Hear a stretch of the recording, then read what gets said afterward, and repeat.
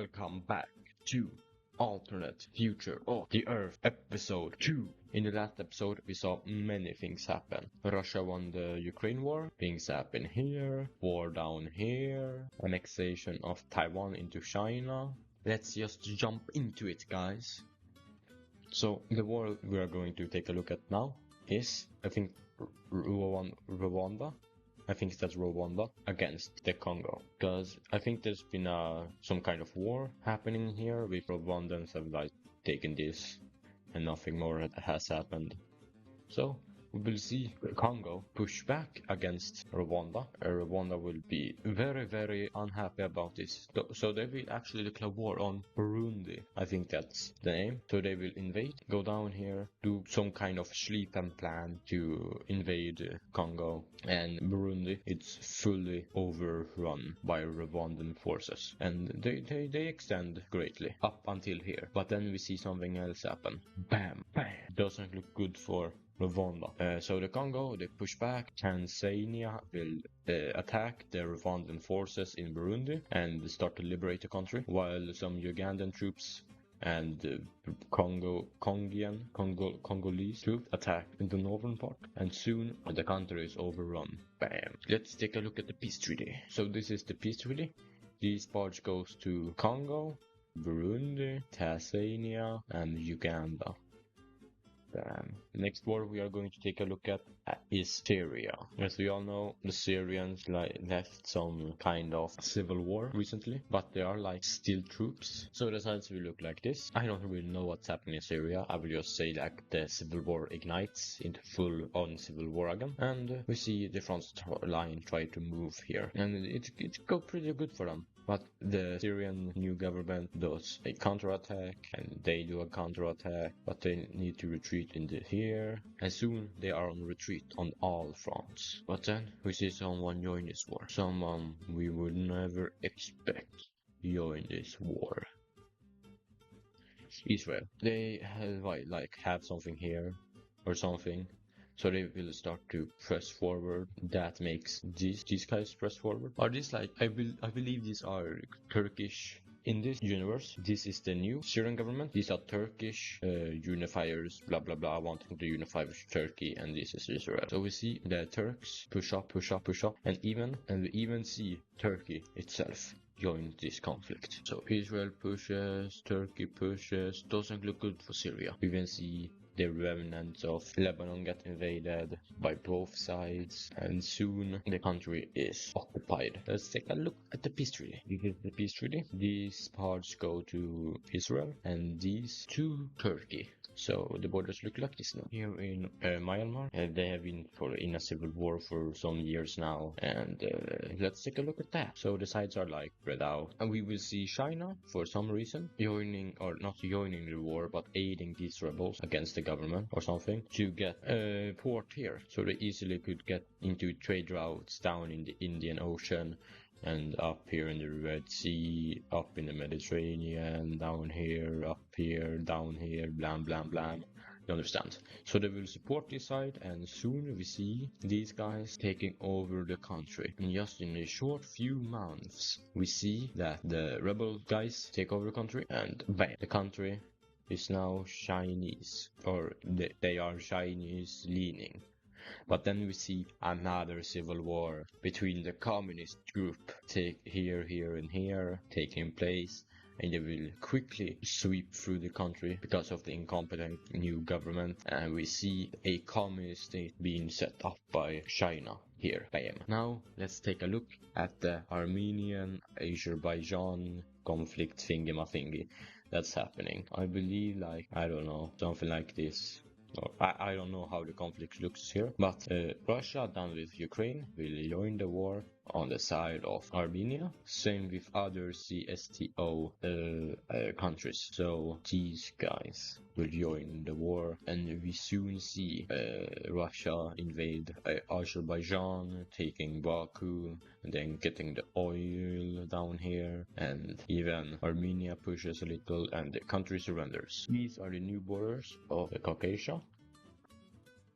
Now let's take a look at the first real major war of this series. I'm of course talking about the United States-Canada war. I think that if relations don't get any better and they just start to become worse and worse and worse, the United States will invade Canada in this universe. But of course, Canada is in NATO, so we see them join the war, or some countries join the war on the side of Canada. Those countries are France, the United Kingdom, Italy, Poland, and Denmark. Of course, because Denmark joined, Greenland also joined, but the other countries in NATO, like, they are joining this war. They sending a small amount of men, but these are the real contributors to the war. Like, these guys are in the war, but they are not the main characters of the war. Yeah, these guys too. So let's see how this plays out. So the United States, they will start to invade through Michigan here, up towards Toronto. I believe Toronto is like here, and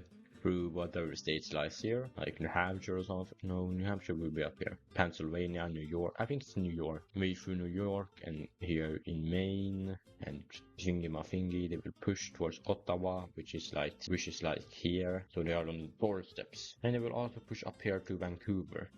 Take that city, take the Vancouver Island, push here, stop that offensive, move a little here in Alaska, take this island, and we see Toronto almost captured. But then we see the Europeans arrive as America is taking this part of Canada. So the Europeans will make the NATO forces will set up a line of defense around like here and wait for the Americans, which the Americans come and they get into some kind of trench warfare right there while the Americans sweep through this part of Canada, take these islands, go down here, take these up here. But we also see the NATO forces pushing back on the American. But we see the line of defense breaking here and the NATO forces pushing back here, and taking back this area. Like, these NATO countries have spent, like, they are now spending massive amount of money on defense. So we see France going from 61 billion, I think it was, to like 120 in like the first weeks of the war, or something. They like get their spending together. Poland, which already spent a lot of money on the military, spend even more. Same with the Baltics, same with the Scandinavian plus Finland. The British do the same, and the Balkan countries here, sending over more and more men, more and more equipment, while the Americans also spend more. But we actually see sabotages of military industries around the country because of the growing unrest in the country. And remember, this is supposed to be not realistic because it's my timeline, remember that. But we see here American forces pushing back the NATO ones, but until here, where the NATO forces have trenched in, and we see a push from the Toronto area, a push from here to capture Ottawa. The Americans believe if they capture Ottawa, Canada will fall and Europe will sue for peace. So that's their plan right now. So they connect up here and they do massive amount of offensives along the line. And we also see some offensive going here and here, going up here, going around this lake, and it doesn't look that good for Canada. But then we see a naval invasion, a surprise naval invasion happen behind front lines here, taking here American forces go from this front to this front, and we see NATO forces push back, wanting to connect with this front. We also see Americans pushing down here, but the NATO forces at last connect with this front and push back the confused Americans. We also see Canadian forces with some NATO forces push back here, and I think like 91% of Canadian citizens being in support of this war, while we see 21% of American citizens being in support. And we see the American military just massacring the writers because they were traitors of the Union. But this message doesn't go well across the country, and we see even more types of rebellions going up here, more in Canada, and we see the American military suppressing these two, which are horrible war crimes against their own citizens. And the American military distracted down here. The NATO forces take their opportunity and they push back here, wanting to liberate Toronto. They split the front here, push these back, And soon we see that Europe is on the same amount of militarization as the United States. And now the Canadian and NATO forces push back this front down here and starting to push here, while the Americans is starting to link up with the Alaskan forces up here, which have gained quite a lot of land. But then we finally see in Madrid, Spain, peace talks happening. The war is not over, there's no ceasefire, just concept of peace talks. The American military, ready for another offensive, starts it and uses like everything they have to connect with this front again and push up. Ottawa is almost captured and also push up here. But the Canadian winter sets in, and the Canadians, and with some special Scandinavian forces, same with Baltic, use their special military forces and used advantage of this and push back the Americans quite a lot. And we even see the liberation of Toronto. This is a moral victory for NATO and a moral defeat for the Americans. And now Trump is ready for peace talks. So let's take a look at the peace. This is the peace.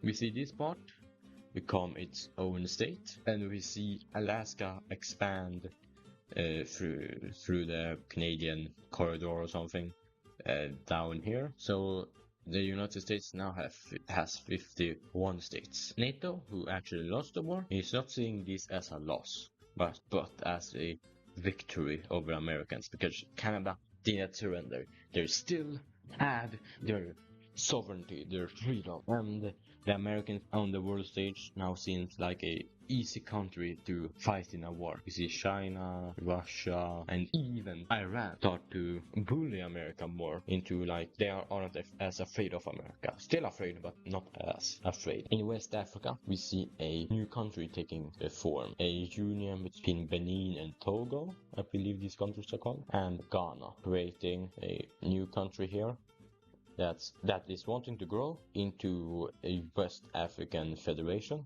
to help their economy and get this part of Africa rich as the European countries, as rich as America, maybe not as rich as America, but as rich as the European countries at least. But we also see another war happen in Africa.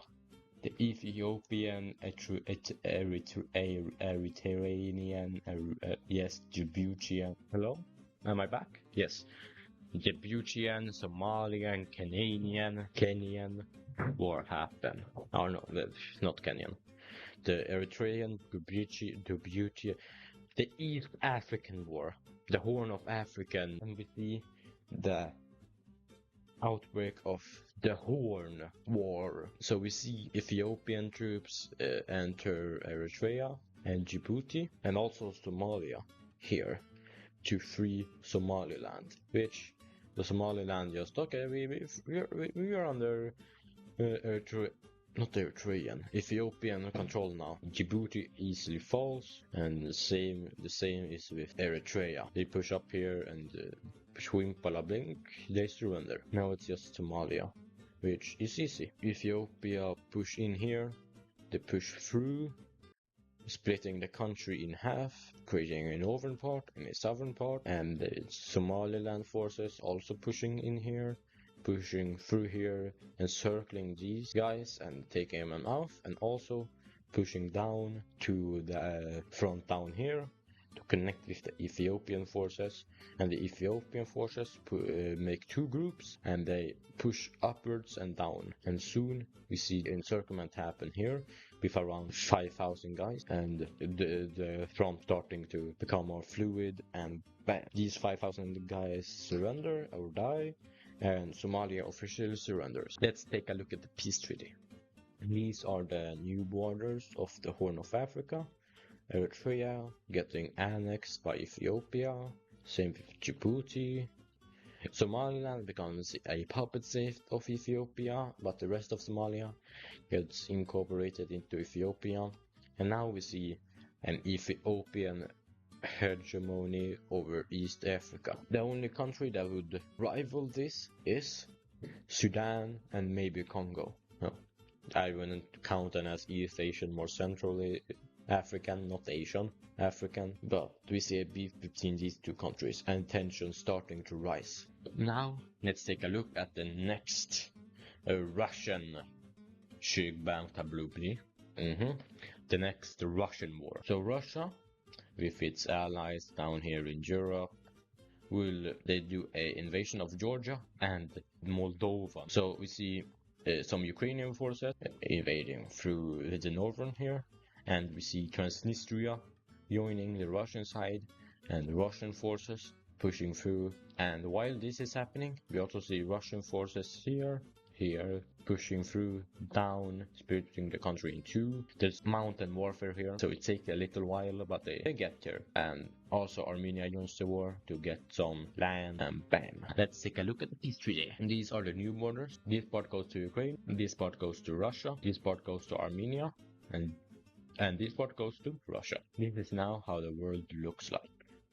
And we see NATO forces getting pretty... Oh shit. How long has this been here? Wait, let me just fix this. I will change the map at the end of this episode. So we see NATO forces getting pretty worried of the Russian conquest of Moldova, especially Romania. So they look if anyone else want to rejoin this alliance. And we actually see Slovakia joined it. And even Portugal, and last but not least, Slovenia. Seeing the success they had in North America, they are willing to join this alliance again. But we also see something happen in the Baltics, something that's cliche for alternate future. We see a union between Latvia and Estonia called the Union of Baltic States. For the last war of this episode, we see Uruguay getting invaded by Brazil after some gangs from Uruguay went into southern part of Brazil and assassinated the one who is high up in the command or in Brazilian government to get assassinated down here. And Brazil sent over an ultimatum. Uruguay didn't accept, and we see some World War I war happen where Brazil invades Uruguay. The world thought that Uruguay would be overrun by Brazil pretty fast, but we actually see Argentina join this war, and Paraguay. On the other side of this conflict, we saw Chile and Bolivia join this war. So now it's the first South American war of this series. So we see more troops getting drafted from all sides. Wait, let me just fix these borders. And we see forces from Chile enter Argentina, while we see forces from Paraguay and Argentina enter Brazil, and Argentinian forces entering Uruguay to assist in the holding of the front line and been pushing back here in eastern Uruguay. Yeah, we see Brazilian forces push into Argentina here, and we see Argentinian forces and also Paraguayan forces push up into Bolivia and Chile. The forces of Chile here retreat back into Chile, and we see Argentinian forces enter the country. Same with forces down here. The mountains are a pretty dangerous place to fight in, but the Argentinians use special mountain infantry divisions to assist in this front and up here. And soon the country gets split in two, and we see the capture of Santiago de Chile, I think the capital was, and we see Chile surrender over to Argentina, the Argentinian coalition. We also see Bolivia getting pretty hard. That came out wrong. Anyway, I'm going to end that sentence there. And we also see Brazilian forces push back into Uruguay and capture Montevideo. And Uruguay surrenders. And we also see Brazilian forces getting pretty close to Buenos Aires, the capital of Argentina. But we also see Argentinian forces push them back and back into Uruguay. Paraguay, with the help of Argentina, start another offensive here, wanting to outflank the Brazilian forces and push towards the Atlantic Sea. When Brazil realizes what happens, they retreat. They withdraw some forces from Uruguay and Argentina to assist here, and at like the final second, Brazilian forces push back the Paraguayan spearhead, and we see Argentina and with the help of Uruguay push back and even push into the south of Brazil, and Paraguay strengthens its front here and fully pushes out Brazilian forces from Argentina. And we also see another offensive happen in Bolivia, and the Bolivians have a civil war between people who want to stop this war and people who want to continue it. And we see great advances happen, but Brazil, not wanting Bolivia to exit this conflict, stomp down the rebels. But we also see Bolivia fix it, like it don't go so well for them, and they capitulate. But Brazil occupies some of the country, so yeah. We also see the southern part of Brazil getting captured by Uruguayan and Argentinian forces until Brazil realizes the situation they're in and sues for peace. So let's take a look at the peace treaty. This part goes to Uruguay. This part goes to Paraguay. And Chile and the southern part of Bolivia goes to Argentina. And now, the rest of Bolivia basically becomes a puppet state of Brazil. So this is the new world map, and this will be the end of the episode. So if you enjoyed it, like and subscribe. Subscribe to this channel, subscribe to all other channels on YouTube, and I'll see you in the next video. Have a nice day. Okay? Have a nice day, and goodbye.